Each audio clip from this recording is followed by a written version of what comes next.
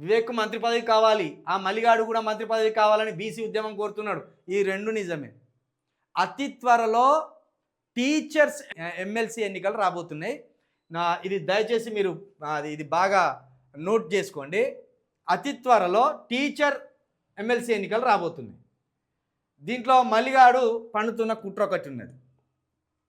Teacher MLC ఎన్నికల్లో 28,000 ఓట్లు ఉన్నట్టున్నాయి. 28,000 ఓట్లు ఉన్నాయి, దగ్గర 28,000 ఓట్లు ఉన్నాయి. ఈ 28,000 ఓట్లకు సంబంధించి తీన్మార్ మల్లి తన కులానికి సంబంధించిన వారికి సపోర్ట్ చేయబోతున్నాడు. పుష్ప భాస్కర్ కావచ్చు ఆయన పేరు, పుష్పాలనో భాస్కర్ అయిన పేరు. ఈ భాస్కర్ని మెల్లగా ఇప్పటి నుండే ప్రమోట్ చేస్తున్నాడు. ఈ 28,000 టీచర్ ఓట్ల ఎన్నికల్లో, ఎమ్మెల్సీ ఎన్నికల్లో ఈయనను తీన్మార్ మల్లి ప్రమోట్ చేయబోతున్నాడు. ఈయన ఎవరో కాదు, కాపు. నేను ఒకటి కొడుతున్నా, తీన్మార్ మల్లి నువ్వు బీసీ ఉద్యమం చేస్తున్నావు కదా, ఇక్కడ ఎస్సీకి సపోర్ట్ చేయాలి, లేదా బీసీల నుండి ముదిరాజు నిలబెట్టాలి. ముదిరాజు టీచర్లు కూడా ఉన్నారు అనేక మంది.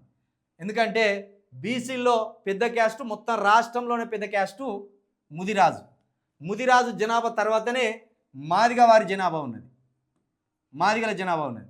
నువ్వు ఒకవేళ నికార్సైన బీసీవి అయితే, నికార్సైన బీసీ ఉద్యమం చేయాలని నువ్వు అనుకుంటే, ఇక్కడ ఈ భాస్కర్కి కాకుండా మళ్ళా నీ కులానికి సంబంధించిన వానికి సపోర్ట్ చేయడం కాకుండా బీసీలో సమన్యాయం, ఎవరి జనాభా ఉంటే ఆ జనాభాకు నువ్వు సపోర్ట్ చేయాలి.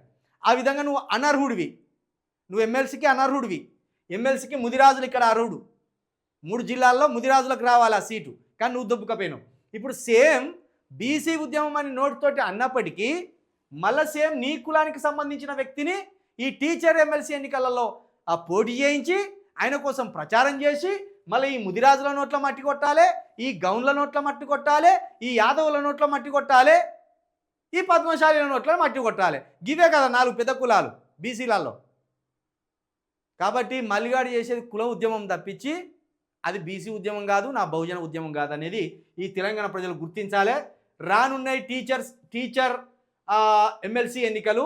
దీంట్లో తీన్మార్ మల్లి కులానికి సంబంధించిన వ్యక్తిని ప్రమోట్ చేయబోతున్నాడు, ఆ వ్యక్తికే టికెట్ ఇప్పించబోతున్నాడు, ఆ వ్యక్తితోటే వీడు నడపబోతున్నాడు. ఇది గుర్తెరిగి ఇప్పటికైనా మీరు జాగ్రత్త వహించాలని బీసీలను నేను మనస్ఫూర్తిగా విజ్ఞప్తి చేస్తున్నా.